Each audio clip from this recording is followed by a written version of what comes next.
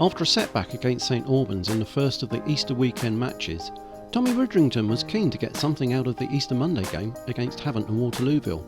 The Sports were slow getting into the game and were a goal down by half-time, but a much better second-half performance saw the Borough bounce back and sneak a lead before the Hawks dented Eastbourne's playoff hopes with a late goal. We spoke with Tommy Widdrington, who still has a never-say-die attitude to the conference. Tommy, thanks very much for joining us. A bit disappointing, I know, after the way it's gone. The Easter weekend programme's always a devil, and teams can either make it or break it, and unfortunately it just proved a little bit too far, it seems. How would you characterise this season overall? Expected is the honest words.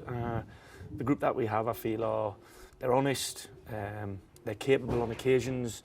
They're not consistent enough, which is why we find ourselves where we are. I mean, sometimes the football we play is of a better position than where we are in the league, but ultimately you end up where you are because of your results, and it's a results business. And these guys have got to understand, when I get frustrated at them for the tiny little things that they don't think are important, they are the most important things. And it's frustrating that the Easter weekend just sort of shown everybody what we feel. You know, we've gone to St Albans, and in honesty, I didn't think we performed at all and got absolutely what we deserved out of that game.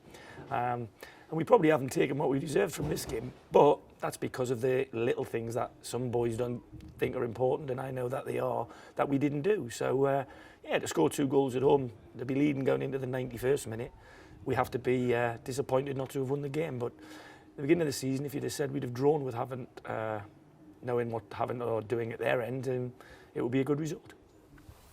In the 50th anniversary DVD, you mentioned how financially competitive non-league football has become. How much has that impacted on your plans this season? Well, it's always the way. You know, if you've got enough money to shop at Harrods, you shop at Harrods. If you haven't, then you shop at Lidl. And you know, without putting too blunt a point on it, there are teams in this league who can shop at Harrods, and there are teams who can shop at the basement end. And we're probably in the middle to lower part of that at the moment. But for quoting somebody who's just passed away recently, you know, bags of money don't score goals. It's people on the pitch that score goals. So as long as you're getting out the players that you have as much as you can and the best of their ability, then I don't have a problem with taking on people with bigger budgets or anything like that. So, you know, I'm not going to use that as an excuse for where we are in the league. At the end of the day, we're here because of what we have as a group of footballers. And like I said, a lot of positives mustn't be overlooked, but some of the things that start to reoccur and have reoccurred over the last sort of month, when I really think, you know, had we been a little more consistent, we could definitely be in and around the playoff spot. So it's something to take on board when I'm deciding who we're going to keep for next season. Maybe he's 1 or 2 that I was really keen to keep 4 or 5 weeks ago, mightn't be getting the call to stay as readily as it might have been 4 or 5 weeks ago now. You mentioned about the positives. I mean, would you like to elaborate on what you see as positives? Well, I mean, every season we try to improve in all sorts of ways, but obviously your league position. Last year it was mentioned to us that we didn't score enough goals, we weren't playing enough attractive football. I think we've done that in abundance this year. Everybody keeps telling me we don't have a 20-goal a season striker. Well, we have. He's got 20-odd goals, Nat. So, you know, there are lots of improvements. And also, you know, a lot of the young lads, maybe it's their first full or second full season in men's football, and it's a big jump from playing, you know, academy football or under-21 football. So there are lots of positives. And I've got to say, 9 times out of 10, I can't complain about the effort or the application that I get. I can always complain about the certain levels of quality or the decision making, but you know, I pick the team and I'm responsible for that. But they're generally a good set of lads, and like I said, today's reaction to what I said to them before the game, I think, was excellent. We didn't perform well enough at St Albans. I think to a man, everybody gave me what they had today, the subs included, and we should have come off with 3 points. It's as simple as that. There seems to have been some extremes this season in terms of results and play. Scoring goals has been less of a problem this season, but there's been some out-of-character defending that's cost some points. What do you think that was?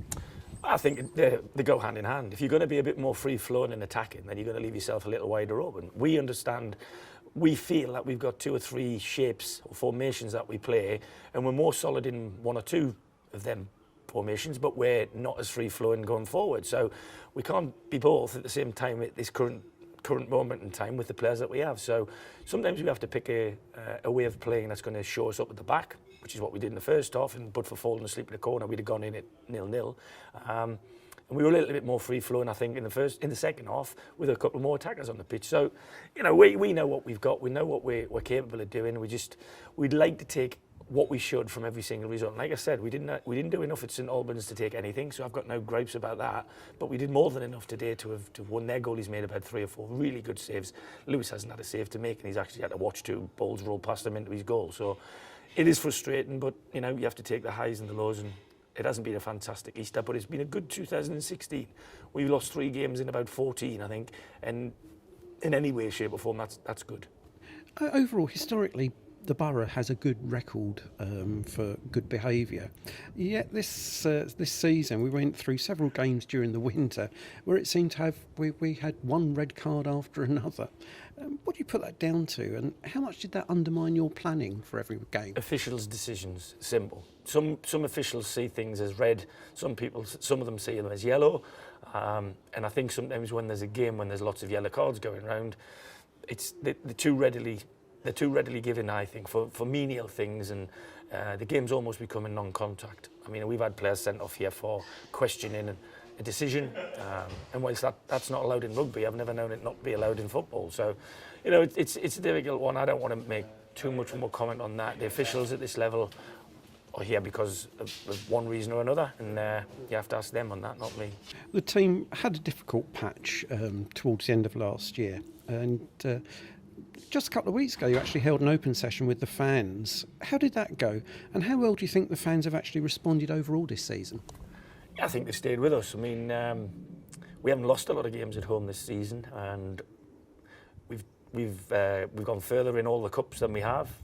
Ultimately, being in the final of the Sussex Senior Cup, something we got to look forward to. We nearly got there to the FA Cup first round this year. Again, it was Dover, our nemesis, last minute of the game again. So yeah, I think you have to ask the fans. What I do say is I'll always be open to the fans, whether it's in an arranged public forum like we offered them, or after a game in the bar, you know, over a drink. I've got no problem answering questions as long as they're relevant to what I think the public should and can know. Obviously, certain things go on at the football club that only I and my bosses know.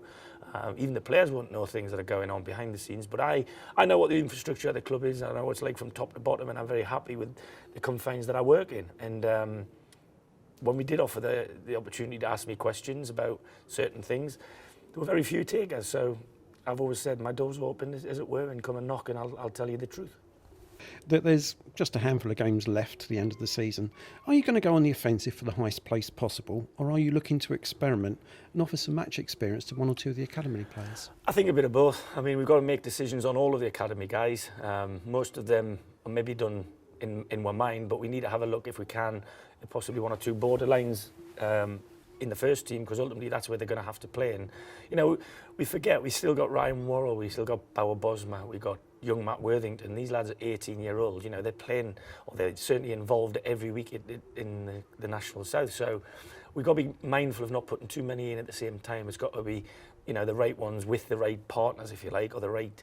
We don't want to put 5 or 6 18-year-olds in and make ourselves look silly. So whilst I'd love to put more in, I think it's important. Not only for ourselves, we want to finish as high as we possibly can. You know, we won't rule it out until it's mathematically impossible that we can't.